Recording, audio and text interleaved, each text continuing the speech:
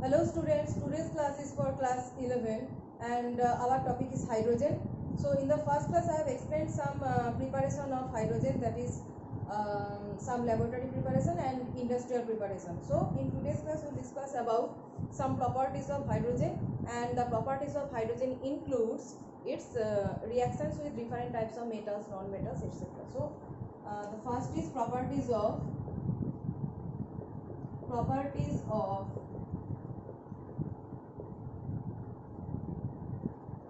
hydrogen. Okay, properties of hydrogen. So in first case, the simplest reaction is the combustion reaction. Okay, so hydrogen can undergo combustion reaction easily, and you can identify that hydrogen is reacting with oxygen, that is the combustion reaction. Combustion reaction, it is producing water. Okay, 2H2O. So this is the first property of hydrogen, that it can undergo combustion reaction. The second is it can react with non-metal. Okay, so the second is reaction with non-metals. So the second is reaction with non-metals.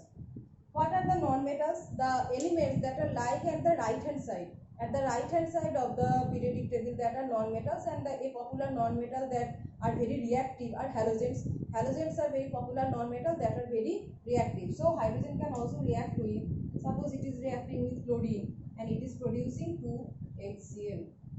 Okay, so it is reacting with bromine and producing 2HBr. So it can also react with non-metals. And when hydrogen and chlorine are reacting, it is occurring in presence of sunlight. Okay, it is occurring in presence of sunlight. That is the photochemical reaction. Actually, reactions that are occurring in presence of sunlight are actually the photochemical reactions. Okay,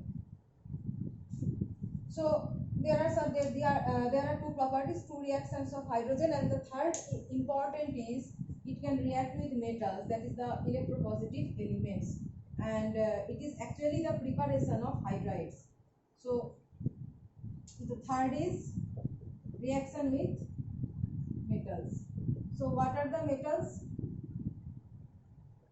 The elements that are lying in the left hand side of the periodic table, that is the elements that are most electropositive, that are metal. Okay, metal means that will be electropositive. So what are the electropositive elements? It is sodium, magnesium, they are electropositive. So hydrogen can also react with them and can produce hydride. Okay, suppose sodium metal, it is very electropositive and it is a metal, and hydrogen is reacting and producing sodium hydride.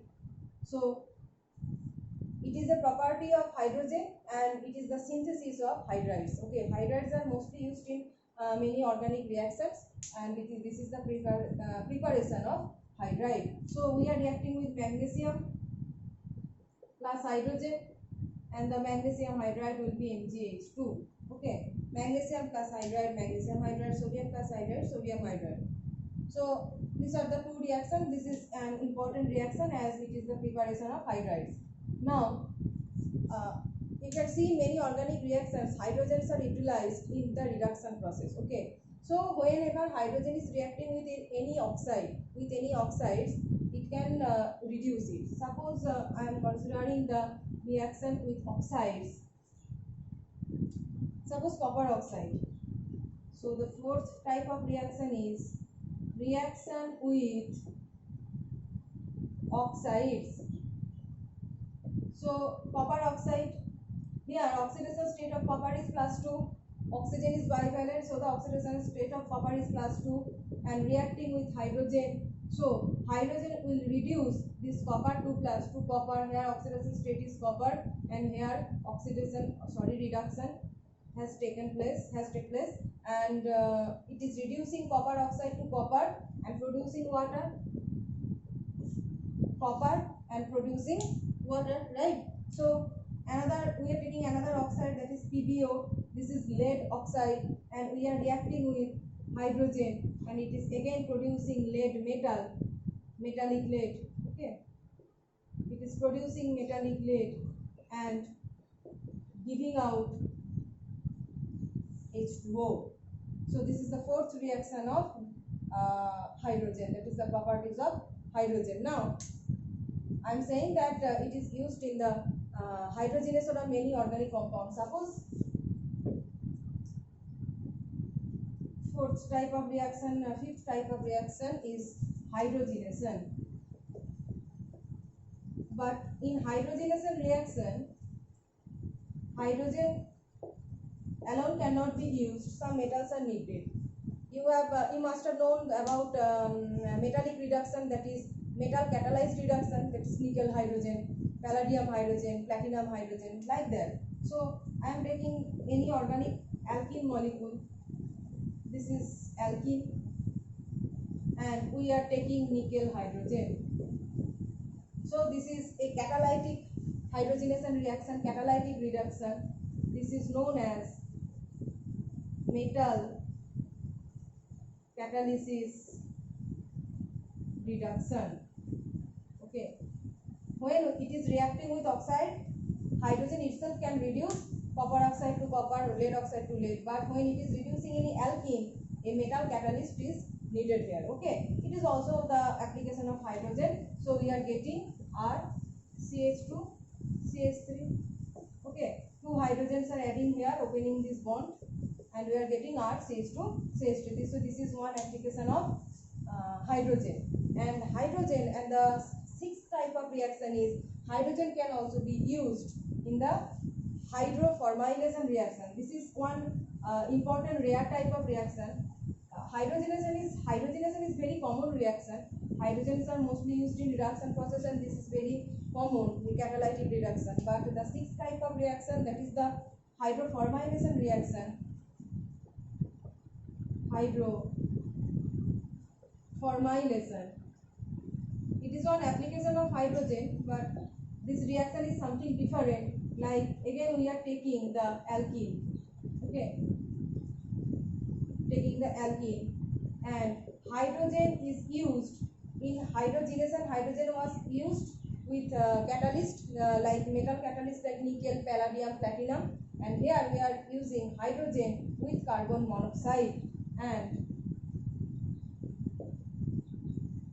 at high temperature, and we are using CO4 here. Okay, this is one carbonyl complex. This CO is carbonyl, and this CO is cobalt. Okay, this is cobalt, and this CO is capital O, and this is carbonyl. Okay, CO whole board, tetracarbonyl, cobalt tetracarbonyl. We are using it in this reaction. So the reaction gives the product RCH2CHO. So see the name of the reaction, formylation. And what is the formyl group? Formyl group means CHO group. CHO group is termed as formyl group. You have known from the IUPAC nomenclature, it is the formyl group. So hydroformylation. So hydrogen is utilizing in the synthesis of this formyl group. So hydroformylation, and we are getting this product, that is RCH2CHO. Okay, we are converting by using hydrogen with carbon monoxide and cobalt tetracarbonyl. Okay. So this is the one application of hydrogen. This is very rare type of question, and the last for today, the last topic is the allotropes of hydrogen. Hydrogen also show two allotropes, that is orthohydrogen and parahydrogen. So the allotropes of hydrogen. So allotropes of hydrogen, there are two types, that is orthohydrogen, and the second one is parahydrogen.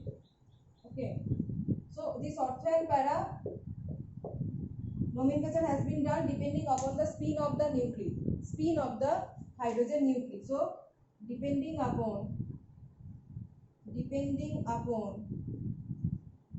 the spin depending upon the spin of hydrogen nuclei. Okay, depending upon the spin of hydrogen nuclei. So in orthohydrogen, there are two hydrogen molecules, so two nuclei. In hydrogen, there exist two hydrogen like this. Okay, two hydrogen atom and two nuclei. When this nuclei are spinning in the same direction, both are spinning in the clockwise direction, then this is orthohydrogen. And when they are spinning in opposite direction, that is, one is spinning in anti-clockwise and one is spinning in clockwise, so this is parahydrogen. Actually, the parahydrogen is energetically lower than orthohydrogen, though in room temperature the percentage of orthohydrogen is higher than parahydrogen. So in room temperature, orthohydrogen percentage is 75% and parahydrogen percentage is 25%. With increasing temperature, the percentage of this parahydrogen increases. Okay. Energetically lower is parahydrogen, as the spins are in opposite direction. Nuclei spin, these are the spins of the nuclei. Okay, spin of hydrogen nuclei. So when in opposite direction, then para, and same direction ortho. Para is energetically lower. With increasing temperature, the proportion of parahydrogen increases, but at room temperature the percentage of orthohydrogen is higher, that is 75%, and para is 25%. Okay, so in the next class we'll discuss about some more about dihydrogen. Okay.